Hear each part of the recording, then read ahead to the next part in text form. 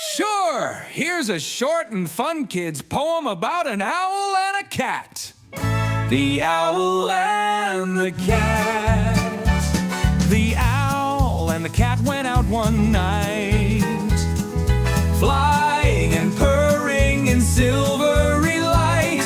The owl said, "Hoot, let's glide so high." The cat meowed, "Let's chase the sky." They danced on clouds so soft and white, spinning and twirling in moonbeam light. Then home they went, so snug and tight, dreaming of stars till morning bright.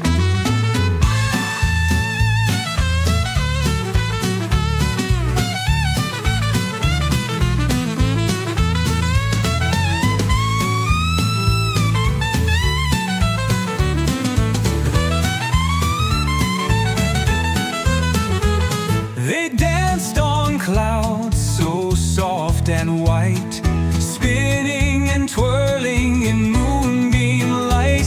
Then home they went, so snug and tight, dreaming of stars till morning bright. They danced on clouds